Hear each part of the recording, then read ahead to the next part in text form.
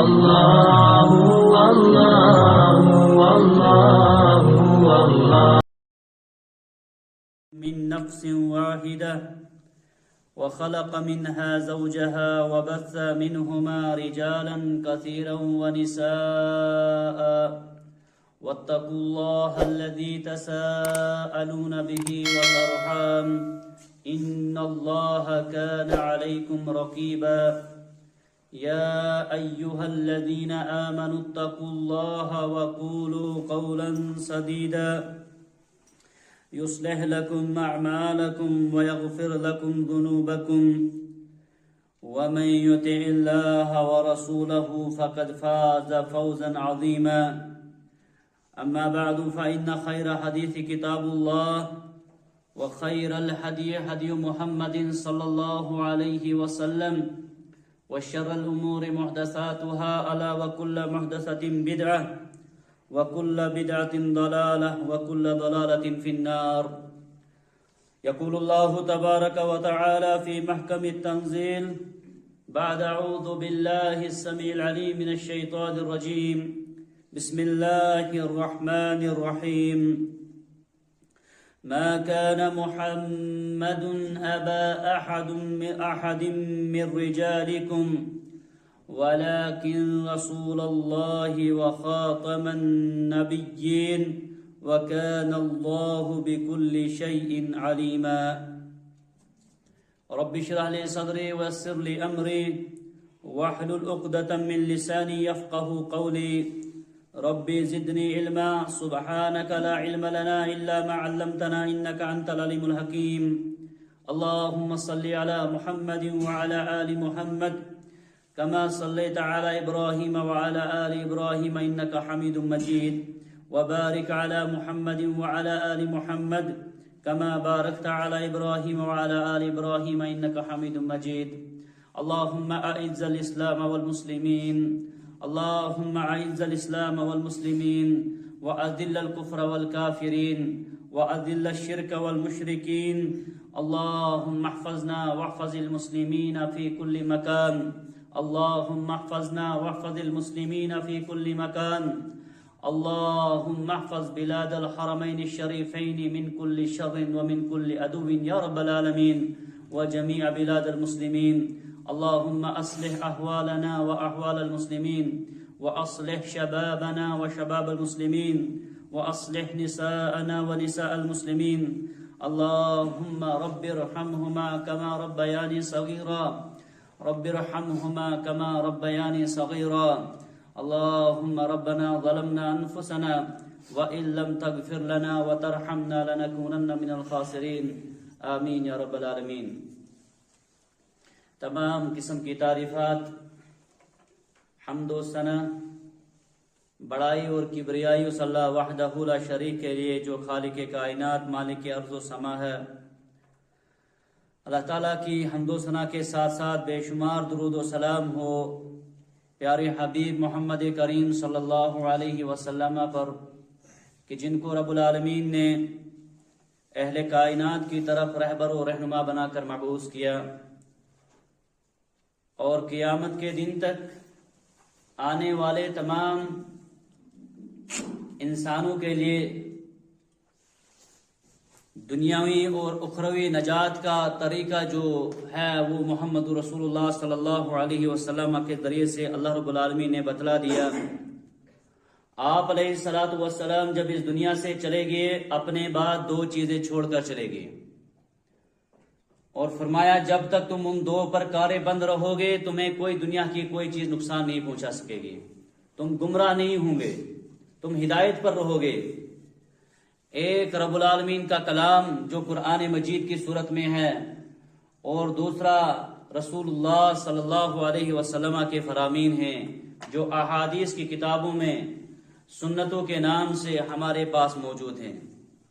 سامعین کرام, سیرت النبی کے اس پیغام میں جس مقام پر ہم پہنچے ہیں گزشتہ جمعہ کے اندر بلکہ اس سے پہلے والے جمعہ میں ہم نے جو بیان آخری بات کی تھی سیرت کے حوالے سے وہ یہ تھی کہ جب لوگوں نے وہاں پر مکہ میں تعلیم کے راستے بند گئے، تبلیغ کے راستوں میں رکاوٹیں ڈالے، تو آپ علیہ الصلوۃ والسلام نے خفیہ ایک گھر اختیار کیا جہاں پر مسلمانوں کو دین اسلام کی تعلیمات دیا کرتے تھے۔ لیکن چونکہ جب سے نبی نے نبوت کا دعویٰ کیا اور ظلم و ستم کے خلاف آواز اٹھائی، دشمنوں نے پہلے دن سے ہی اس کے خلاف طرح طرح کے محاذ کھڑا کیے، اور یہ قیامت تک سامعین کرام چلتا رہے گا۔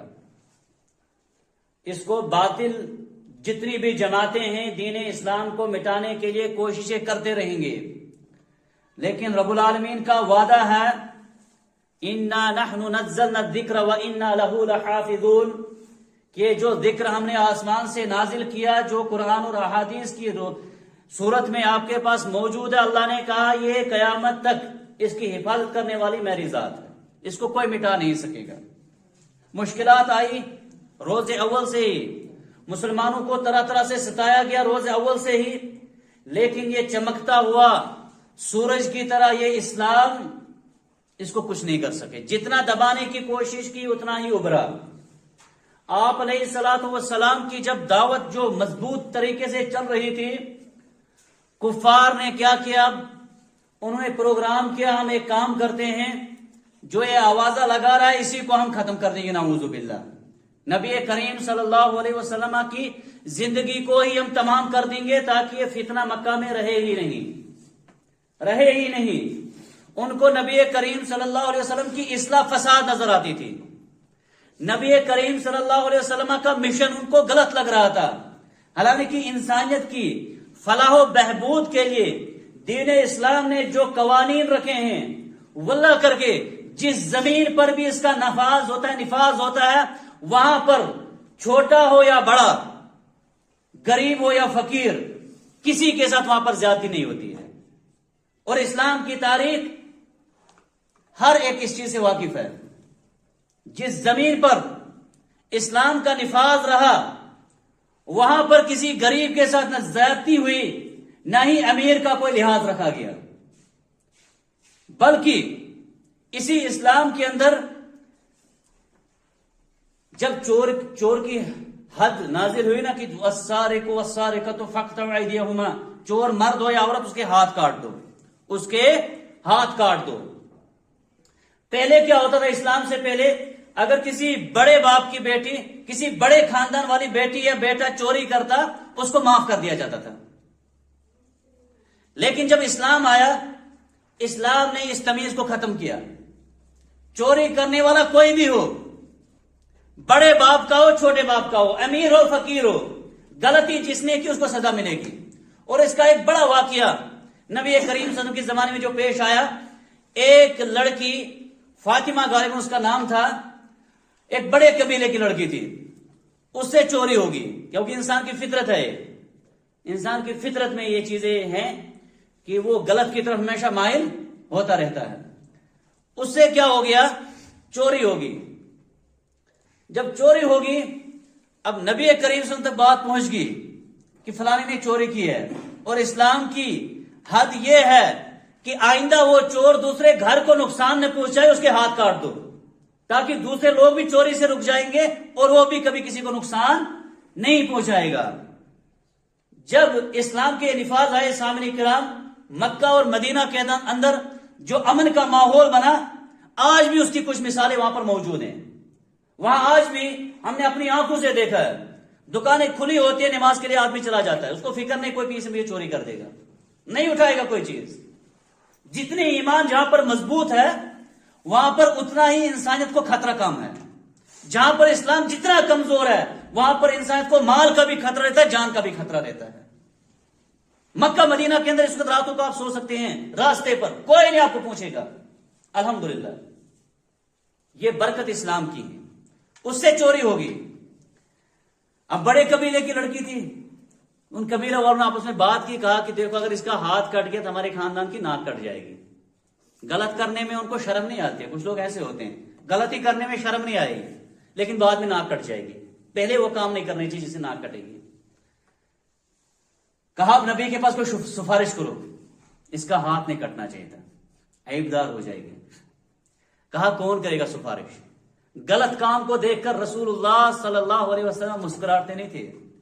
آج کبھی کبھار ایسا ہی ہوتا ہے، کہتے فلانی عالم دین جو ہے نا، اس کے خطبے جو ہے نا تھوڑے سے تلخ کلامی ہوتی ہے، وہ گناہ کی مذمت عجیب الفاظ سے کرتے ہیں. نہیں جناب، یہ سنت رسول ہے صلی اللہ علیہ وسلم. آپ علیہ السلام کی سیرت میں آپ کے سامنے بیان کر رہا ہوں نا، ایسے بے شمار واقعات آئیں گے. نبی کے سامنے کوئی کام کیا گیا، نبی کا چہرہ سرخ ہو گیا. بلکہ ایسے بھی واقعات پیش آئے ہیں، نبی نے کہا تو میں اپنا چہرہ مجھے زندگی میں نہیں دکھانا، کیونکہ آپ نے ایسی غلطی کی ہے. جس نے حمزہ کو شہید کیا تھا نا رضی اللہ تعالیٰ عنہ کو، کہا تھا آپ مجھے اپنا چہرہ نہیں دکھا کرو، اس نے اسلام قبول کر لیا تھا. بلکہ کئی واقعات ایسے جس سے نبی کریم کا چہرہ کیا سرخ ہو جاتا تھا کہ یہ غلطی ایک مسلمان کو زیبا نہیں دیتی ہے. جب ہم بے حیائی کے خلاف خطبہ دیتے ہیں سامعین کرام، تو انسان کا روح کانپ اٹھتی ہے اس معاشرے کو دیکھ کر کہ کس قسم کے مسلمان اس وقت ہم بن چکے ہیں. اس نے چوری کی، کہا بیٹ کہ کسی کو سفارشی بھیجو. کون سفارش کرتا رسول اللہ صلی اللہ علیہ وسلم کے سامنے؟ آپس میں بات ہے کہ کہا دیکھو اسامہ بن زید ہے نا، نبی کو بہت پیارے ہیں. وہ اسامہ بھی پیارا ہے، زید بھی پیارا ہے. یہ دونوں صحابی نبی کو بہت پیارے تھے، لاڈلے قسم کے. کہا اسامہ کو بھیجو، اسامہ کو بھیجو سفارش کے لیے. بھیجا گیا اسامہ کو. اسامہ جب آئے نبی کریم صلی اللہ علیہ وسلم کے پاس، کیا لے کر؟ سفارش لے کر، کہ وہ کہہ رہے ہیں کہ ہم جو نقصان ہوا ہے وہ بھر دیں گے، آئندہ ایسی غلطی نہیں کریں گے، لیکن معاف کر دو. اللہ کے نبی صلی اللہ علیہ وسلم نے فرمایا اے اسامہ، اللہ کی حد میں آپ سفارشی کیسے کر سکتے ہو؟ اللہ کی حدود میں کسی کی سفارش قبول نہیں کی جاتی ہے. اگر نبی کریم صلی اللہ علیہ وسلم کے پاس بھی اس چیز کا خیال رکھا جائے گا تو پھر انصاف کس چیز کا نام ہوگا؟ کہا لو سرقت فاطمہ بنت محمد لقطعت یدها. اگر محمد صلی اللہ علیہ وسلم کی بیٹی فاطمہ بھی چوری کرتی نا، میں اس کے بھی ہاتھ کاٹتا. یہ اسلام ہے، یہاں پر مساوات ہے، یہاں پر برابری ہے. یہی اسلام پہنچانے میں جب نبی کریم صلی اللہ علیہ وسلم نے اس معاشرے کو دعوت دی نا، اسی معاشرے کو، اسی پیغام کو وہ فساد دیکھنے لگے. کیونکہ جس انسان کو برائی کی عادت ہوتی ہے سامعین کرام، اچھائی اس کو سب سے زیادہ بری چیز لگتی ہے. جو بے پردگی میں لڑکی گھر سے نکلنے کی عادی ہوگی نا سامعین کرام، پردہ سب سے بری چیز کو لگے گی. جب اس کو آپ بولو گے پردہ کرو، جو بے نمازی ہے اس کو نماز کے بارے میں بولو گے نا، سب سے بری بات اس کو وہی لگے گی. جو چور ہے اس کو چوری کی مذمت آپ کریں گے، اس کو وہی چیز بری لگے گی. شرابی کے سامنے شراب کے نقصانات بیان کرو، اس کو غصہ آئے گا کہ وہ اس چیز کا عادی ہے، اس چیز کا عادی ہے. معاشرہ برائی کا عادی تھا، شرک کا عادی تھا، ظلم و جبر کا عادی تھا. انہوں نے نبی کے اس امن والے پیغام کو قبول کرنے کے سے جو ہے انکار کر دیا. اب جو لوگ اسلام قبول کرتے تھے ان کے بارے میں وہ فکر مند تھے، یہ کیوں اس پیغام کو قبول کرتے ہیں. انہوں نے ایک سازش کی سامنے کرام. سازش کیا بنائی؟ نبی کریم صلی اللہ علیہ وسلم کو قتل کرنے کی. بلکہ اس سے پہلے بھی ایک عظیم واقعہ پیش آیا نبی کریم صلی اللہ علیہ وسلم کے ساتھ. وہ کیا تھا؟ ابو لہب کا بیٹا نبی کریم صلی اللہ علیہ وسلم کے پاس ایک دن آتے ہیں، عتبہ جس کا نام تھا.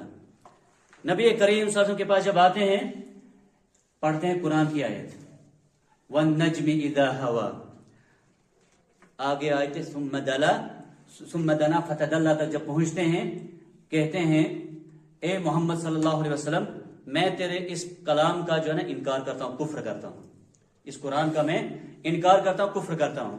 اتنا ہی نہیں، آگے تلخ کلامی بھی کی، عجیب الفاظ بھی فرمائے، الفاظ بھی کہے اس نے. رسول اللہ صلی اللہ علیہ وسلم نے یہاں سے فرمایا، جب دل آپ علیہ الصلوۃ والسلام کا تنگ ہو گیا، جب آپ علیہ الصلوۃ والسلام کو اس نے اس الفاظ سے خطاب کیا جو آپ علیہ الصلوۃ والسلام کو برا لگا، آپ علیہ الصلوۃ والسلام نے ایک بدعا کی اس پر. کہا اللہم سلط علیہ کلبا من کلابک. اے اللہ اس بدبخت پر اپنے کتوں میں سے کسی کتے کو مسلط کر دے، ایک عذاب کے طور پر. یہ بدعا کس نے کی؟ رسول اللہ صلی اللہ علیہ وسلم نے. کہتے ہیں جب اس نے بدعا سنی وہ بھی ڈر گیا، سہم گیا. کیوں؟ وہ انکار بھی کرتے تھے لیکن نبی کے کلام کا ان کے دل میں تصدیق بھی تھی کہ جو نبی بولتے ہیں صلی اللہ علیہ وسلم وہ ایسے نہیں بولتے ہیں. جب وہ اپنے گھر گیا، ابو لہب نے جب سنا کہ میرے بیٹے پر بدعا کس نے کی؟ رسول اللہ صلی اللہ علیہ وسلم نے. تو ابو لہب اپنے بیٹے سے کہنے لگا آپ خیال رکھنا، یہ ابو القاسم ہے، یہ محمد الرسول اللہ صلی اللہ علیہ وسلم، ان کی دعا، ان کی جو بدعا تجھ پر لگی ہے، اس سے آپ بچ کے رہنا۔ کہتے ہیں ایک دن ملک شام سفر کے لیے نکلے، یہ سفر کے لیے جب نکلتے ہیں، قریش کا یہ مشرکوں کا قافلہ، ابو لہب نے ان ساتھیوں سے کہا، اس کے ساتھیوں سے جو اس قافلے کے امیر تھے، کہا میرے بیٹے کا خیال رکھنا، کیونکہ اس پر بدعا کی ہے محمد رسول اللہ صلی اللہ علیہ وسلم نے۔ بہرحال وہ نکلتے ہیں، کہتے ہیں ایک مقام پر جب وہ پہنچتے ہیں، زرقا کے نام سے یہ مقام مشہور تھا، وہاں پر انہیں پڑاؤ ڈالا، شام کو لیٹ ہو گیا تاکہ اب رات کو یہاں پر سوئیں گے۔ اب جو عتبہ تھا وہ اس قافلے کا ایک شریک تھا، اس نے کہا اپنے ساتھیوں سے، کہا اے میرے ساتھیوں، آپ کو پتا ہے نا اس وقت ہم باہر ہیں، کسی مکان کے اندر نہیں ہے، صحرا ہے، آس پاس درخت دور دور ہے، جنگل ہے، بیاباں ہے، میں بیچ میں سوؤں گا، کہیں ایسا نہ ہو کہ رسول اللہ صلی اللہ علیہ وسلم کی جو بدعا ہے اس کے ذریعے سے میں کسی جانور کا شکار بن جاؤں گا، کسی چیز کا، جانور کا، دشمن کا شکار بن جاؤں گا۔ انہوں نے اس کو بیچ میں سلایا، بیچ میں سلایا، لیکن کہتے ہیں مورخین لکھتے ہیں کہ اچانک رات کو ایک شیر آتا ہے، اس کو بیچ میں سے اٹھا کر اس کا قصہ تمام کر دیتا ہے۔ کیوں؟ کیونکہ اس پر بدعا کس نے کی تھی؟ محمد رسول اللہ صلی اللہ علیہ وسلم نے بدعا کی تھی۔ آپ علیہ السلام نے بے شمار کاموں پر سامنے کرم لعنت کی ہے، بے شمار کاموں پر بدعا کی ہے۔ کہیں اس وقت امت میں ہم ویسے کام تو نہیں کر رہے ہیں جن پر اللہ کے نبی صلی اللہ علیہ وسلم کی لعنت ہے، اور وہ کام ہم کر رہے ہوں، تبھی وہی سبب تو نہیں ہوگا کہ امت اس وقت ذلیل و خوار ہو رہی ہے۔ پوری دنیا کے سامنے، دنیا میں جتنے مذاہب ہیں ان میں ہم کہتے ہیں کہ ہمارا سب سے بہترین کیا ہے؟ دین ہے، لیکن اسی دین کو اس وقت جس طریقے سے دنیا میں سلوک ہو رہا ہے سامعین کرام، کہیں یہ اللہ کے نبی صلی اللہ علیہ وسلم کی تعلیمات سے بے رخی تو نہیں ہے؟ بڑا سبب ہے کہ سامعین کرام، آج بڑا سبب ہماری جو اس اسلام کو روز اول سے جس طریقے سے پیش کیا گیا نا سامعین کرام، قربانیوں سے پیش کیا گیا ہے، قربانیاں دی ہیں، اور سب سے پہلے قربانی دی رسول اللہ صلی اللہ علیہ وسلم نے۔ صحیح بخاری کے اندر ایک واقعہ موجود ہے، عروہ بن زبیر کہتے ہیں، عروہ بن زبیر کہتے ہیں کہ میں نے ایک مرتبہ عبداللہ بن عمرو بن عاص سے کہا میں نے ان سے پوچھا، یہ مدینے کی بات ہے، مدینے کی بات ہے، یہ عروہ بن زبیر کہتے ہیں میں نے عبداللہ بن عمرو بن عاص جو مکہ میں اس وقت ایمان شروع میں لایا تھا، کہا میں نے ان سے سوال کیا، میں نے کہا آپ مجھے بتاؤ نبی کریم صلی اللہ علیہ وسلم پر سب سے زیادہ سخت گھڑی مشرکوں کی طرف سے کب آئی تھی؟ مشکلات کی گھڑی زندگی میں آپ علیہ السلام کو کب آئی تھی؟ اس اسلام کے لیے، اس کلمہ توحید کے لیے، اس روشن پیغام کے لیے آپ علیہ الصلوۃ والسلام کو مکہ والوں سے دشمنی زمین پر نہیں تھی سامنے کرا۔ آج ہمیں مسلمانوں کو آپ دشمنی کس بنیاد پر ہے؟ آپس میں، زمینوں پر، جائیداد پر، اور کبھی دولت پر، کبھی کسی اور چیز پر۔ وہاں پر رسول اللہ صلی اللہ علیہ وسلم کے ساتھ جو زیادتی ہو رہی تھی وہ اسلام کے نام پہ ہو رہی تھی، اسلام کے نام پہ، اور اس اسلام کو آج ہم نے سب سے ہلکا اور سستا سمجھا ہوا ہے، سستا سمجھا ہوا ہے۔ اس وقت ہم اپنے گھروں کی طرف اگر سامنے کرام جائیں گے، عام آدمی، مزدور آدمی بھی جو ہمارا ہوگا، اس کے گھر میں بھی سردیوں کا بندوبست ہوگا۔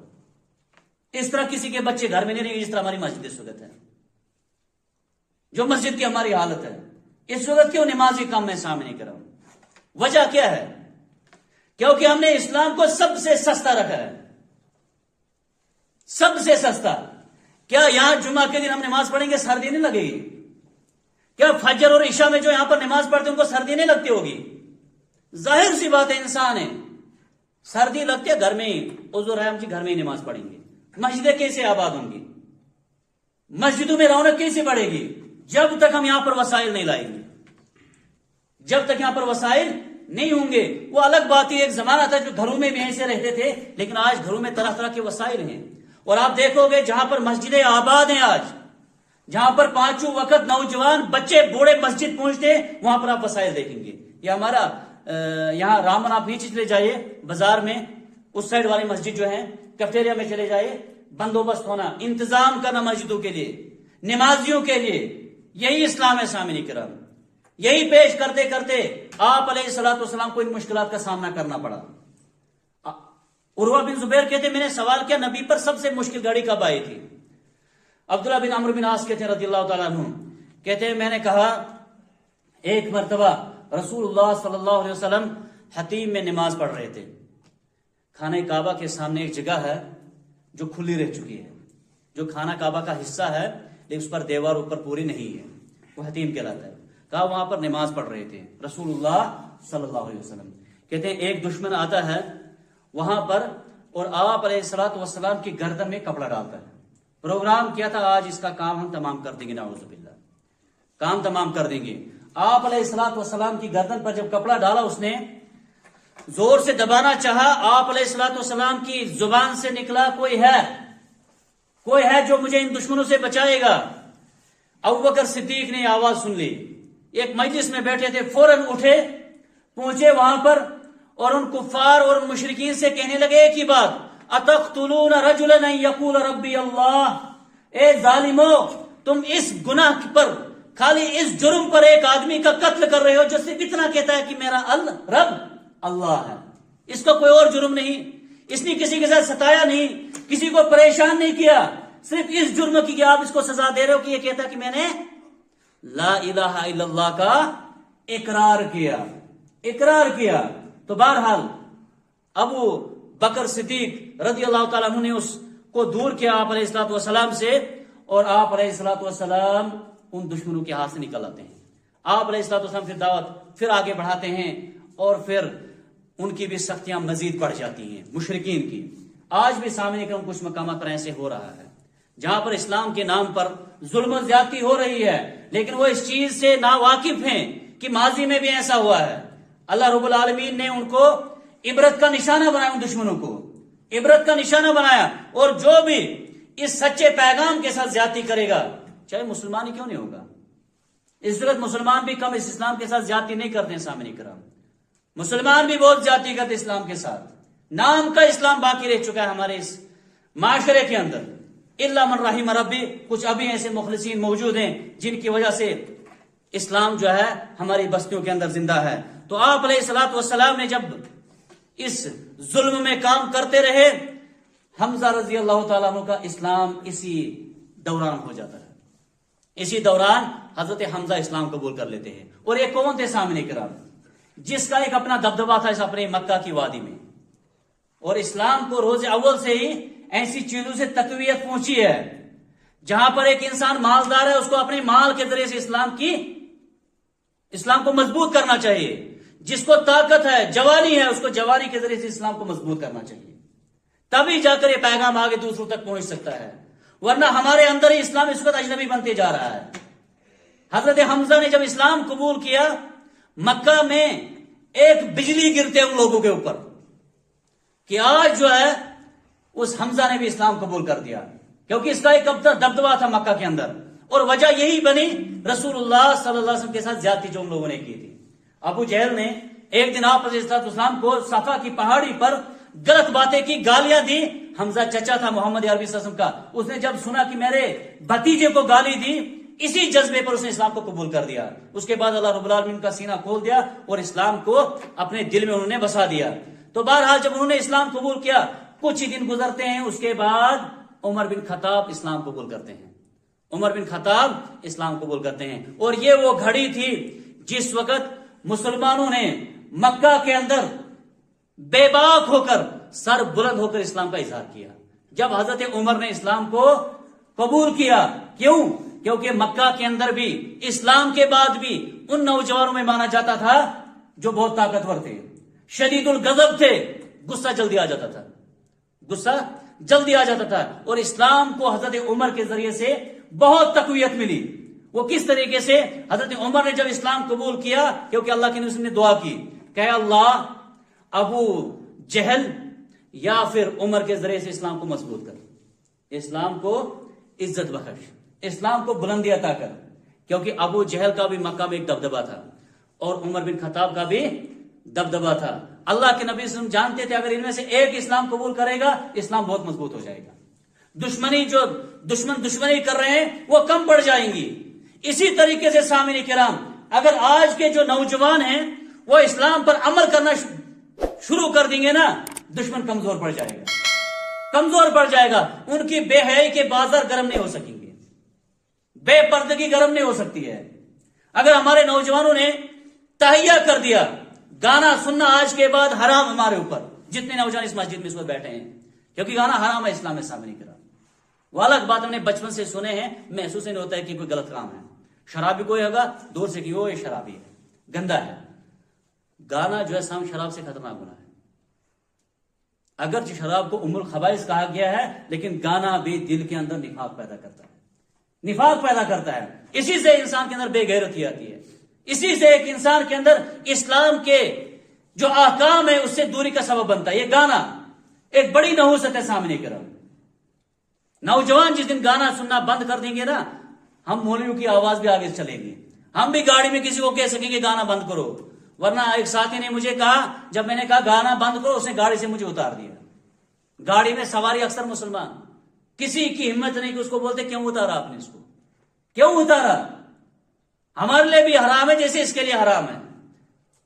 فری کا تو نہیں ہم جا رہے ہیں، کرایہ دے کے جا رہے ہیں. تو حضرت عمر رضی اللہ تعالیٰ عنہ نے جب اسلام قبول کیا، آپ علیہ السلام نے جو دعا کی اس دعا کا اثر ہوا. اور حضرت عمر کے اسلام کے حوالے سے اور بھی کچھ واقعات آئے ہیں، اگرچہ وہ راویوں کے اعتبار سے سند کے اعتبار سے ثابت نہیں ہے. یہی چیز ثابت ہے کہ حضرت عمر بن خطاب کے بارے میں دعا کی تھی اللہ کے نبی صلی اللہ علیہ وسلم نے. جب دعا کی اور حضرت عمر نے اسلام قبول کیا، اور عمر گئے پھر کعبہ کے صحن میں بلند آواز سے کہنے لگے اشہد ان لا الہ الا اللہ واشہد ان محمد رسول اللہ. نبی صلی اللہ علیہ وسلم نے منع کیا، کہا عمر اس طریقے سے نہیں، ابھی ان کا تسلط ہے، ابھی ان کی تعداد ہے، ابھی یہ مجارٹی میں ہیں. حکمت عملی یہ ہے کہ ابھی ہم اس طریقے سے اعلان نہ کریں. لیکن عمر نے کہا اے محمد کریم صلی اللہ علیہ وسلم، جب ہمارا یقین ہے کہ ہمارا اسلام سچا ہے، آسمان سے نازل کردہ قرآن سچا ہے، ہم کیوں اس کے سامنے ان کے سامنے ڈریں گے. ہم اس حق کلمے کا اعلان کریں گے، حق کلمے کا اعلان کریں گے. اسی طریقے سے اسلام جو ہے سامنے کرام ہم تک پہنچایا گیا، ہم تک پہنچایا گیا. نوجوانوں نے وہاں پر پہل کی، عورتوں نے وہاں پر پہل کی، بزرگوں نے وہاں پر پہل کی، بچوں نے وہاں پر پہل کی. تب جا کر اگر اسی طریقے سے وہاں پر ہوتا نا کہ نبی کریم واز کرتے، مسلمانوں کی حالت اس طریقے سے ہوتی، شاید اسلام وہاں سے باہر نکلتا ہی نہیں، مکہ میں دفن ہو جاتا، مکہ میں دفن ہو جاتا. وہاں پر ہر ایک انسان دائی بن جاتا تھا. یہاں خطبے میں جو بات سنی وہ دوسرے انسان تک پہنچاتا تھا، دوسرے انسان تک پہنچاتا تھا. تب جا کر اس معاشرے کی اصلاح بنی. اور اس معاشرے کی اصلاح بھی اسی طریقے سے ہوگی اگر ہم نے وہی طریقہ اپنایا. تو بہرحال رسول اللہ صلی اللہ علیہ وسلم اس کے بعد پھر جب دعوت دیتے ہیں، پھر ایک اور ظلم کی گھڑی، جبر کی گھڑی شروع جو ہوتی ہے وہ بائیکاٹ تھا، سوشل بائیکاٹ. مکہ والوں نے اعلان کر دیا کہ مسلمانوں کے ساتھ بائیکاٹ کرو، ان سے نہ کوئی چیز خریدے گا، نہ بیچے گا، نہ ان سے کوئی رشتہ داری کرے گا، نہ ان سے کوئی اٹھے گا، نہ بیٹھے گا. تو بہرحال یہ سلسلہ آگے چلتا ہے. انشاءاللہ العزیز اگلے جمعہ کے اندر اس حوالے سے گفتگو ہوگی. اللہ تبارک و تعالیٰ سے ہم دعا کرتے ہیں کہ الہ العالمین ہمیں نبی کریم صلی اللہ علیہ وسلم کی اس سیرت طیبہ کو سمجھنے کی توفیق عطا فرما، آپ علیہ الصلوۃ والسلام کی زندگی پر عمل کرنے کی توفیق عطا فرما. الہ العالمین ہم میں سے کوئی بیمار ہے اس کو شفائے کامل، شفائے عاجل عطا فرما. الہ العالمین